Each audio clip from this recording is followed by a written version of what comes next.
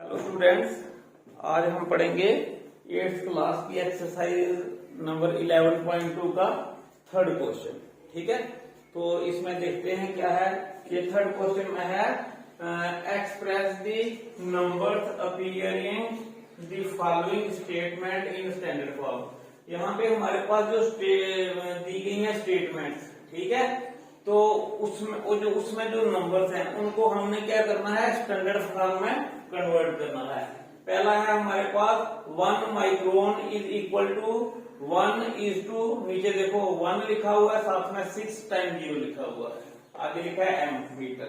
ठीक है, इसको हमने स्टैंडर्ड फॉर्म में यूज करना है। स्टैंडर्ड फॉर्म मतलब इसको पावर नोटेशन में लिखना है।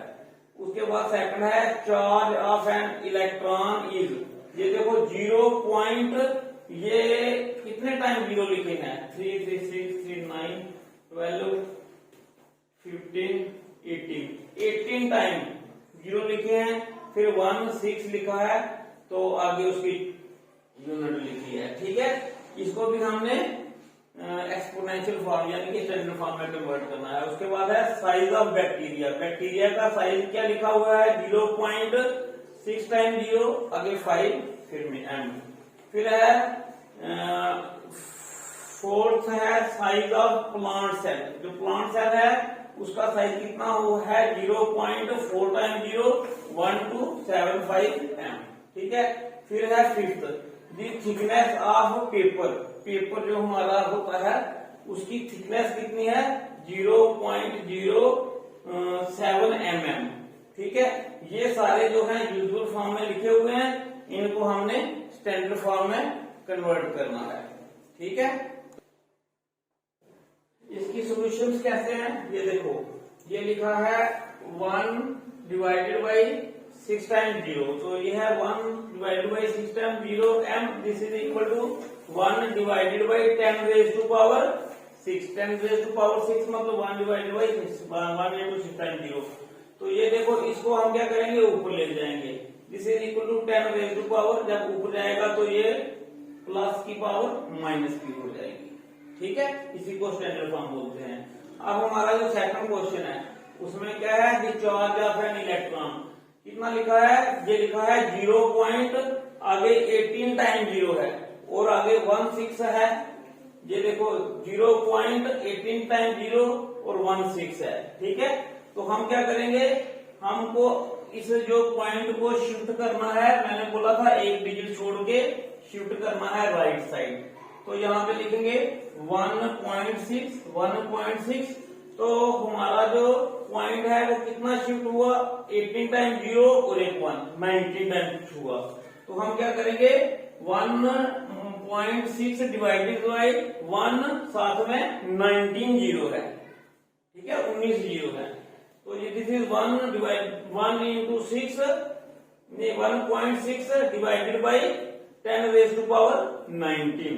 ठीक है, 19 0 है तो 19, तो this is equal to 1 multiply 6, तो इसको नहीं 1.6, तो इसको 10 को हम ऊपर ले जाएंगे, तो 10 को ऊपर ले जाएंगे तो पावर जो है वो माइनस में हो जाएगी। ये इसकी स्टैंडर्ड फॉर्म आ जाएगी। उसके बाद है हमारा third part, size of plant, size of bacteria is 0.6 time 0, आगे 5 और आगे m। तो ये देखो 0.6 टाइम 0, 5 m, ये आ जाएगा 5 के बाद आगे पॉइंट लगाना होता तो है नहीं, तो इसका मतलब ये पॉइंट हमारा 5 के आगे शिफ्ट होगा। तो 5 डिवाइडेड बाई नीचे कितने हैं हमारे पास, 6 0 है, 6 और एक 5, 7 आ जाएंगे 0।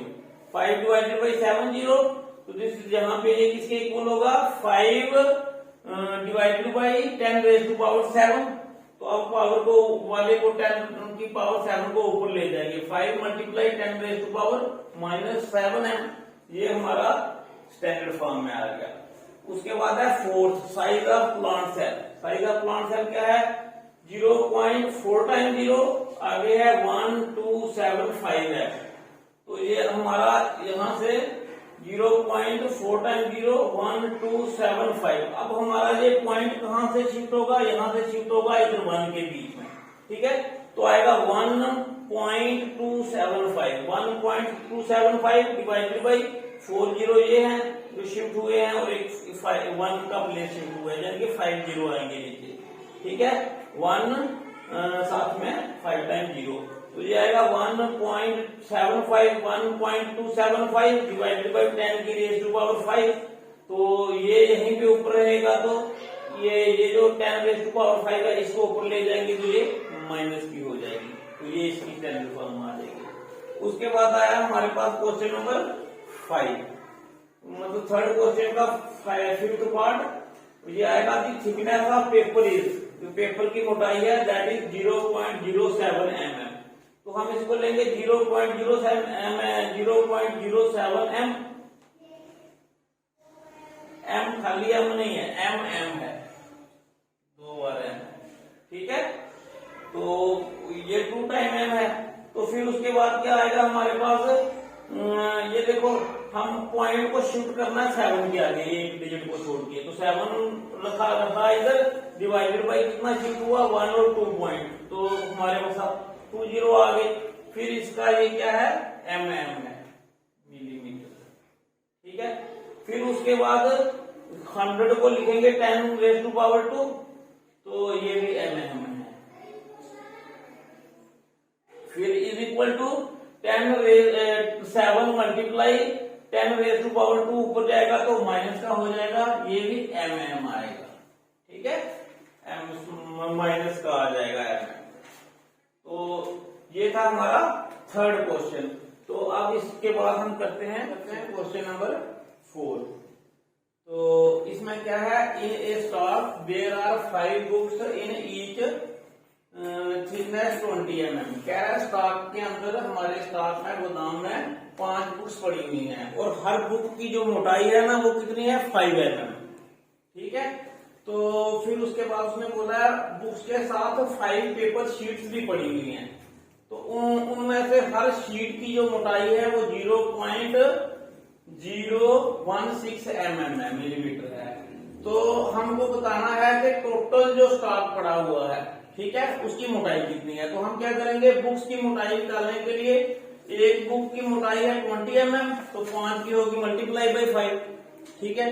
तो एक पेपर की मोटाई है 0.016 और 5 शीट्स की होगी मल्टीप्लाई बाई 5, तो ये हमारी अलग अलग आ जाएंगे। तो लास्ट में हम टोटल थिकनेस लिखेंगे, तो वो लिखेंगे थिकनेस ऑफ 5 बुक्स और थिकनेस ऑफ 5 पेपर, तो हमारे पास इसका आंसर आ जाएगा। इसकी सोल्यूशन है, जैसे मैंने बताया, थिकनेस ऑफ 1 बुक कितनी है बताई हुई, 20 mm, ठीक है।